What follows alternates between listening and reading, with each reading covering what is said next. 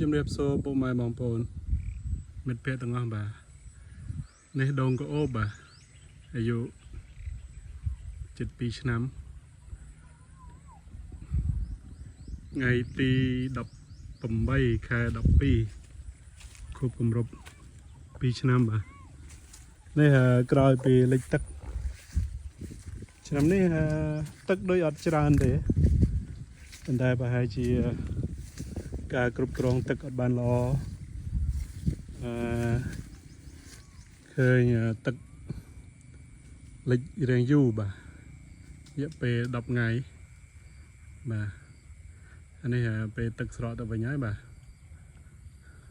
ណាអត់ទាន់ហ៊ានទៅតាមគល់ទេព្រោះមានគល់ខ្លះនៅទឹកប៉ែកនៅឡើយបាទខ្លាចវាជ្រុយទឹកបាទខ្ញុំឃើញថាក្រោយពីលិចទឹករយៈពេល10 ថ្ងៃហ្នឹងបាទដើមខ្លះក៏វានេះដែរវាឡើងលឿងស្លាក់បាទប៉ុន្តែមិនអីទេដូងវា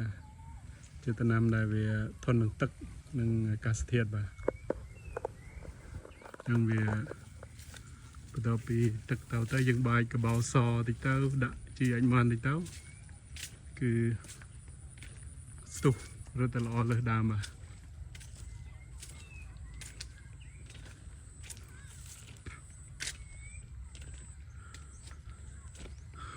ទនេះដែលខ្ញុំជិះចាន់ដែកឯមុនបាទ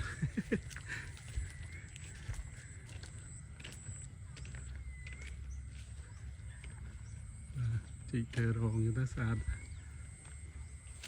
ទឹកនៅច្រើនបាទទឹកនៅលហលហាចខ្ញុំឃើញនៅខាងនោះ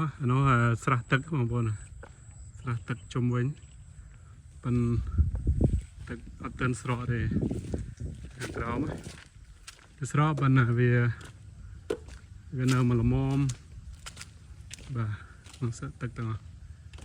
បាទនឹងថាខែ10នេះអាចឡើងទៀតឬយ៉ាងណាជាធម្មតាទឹកវាឡើងមកខែ10ទេបាទថ្ងៃទីចន្លោះថ្ងៃទី2ដល់ថ្ងៃទី10 ខែ 10បាទទឹកឡើងតែឆ្នាំនេះទឹកវាមករៀងលឿនបាទដេកទៅដែរអាសបល់3ចាំបានរំឃើញហើយអរគុណ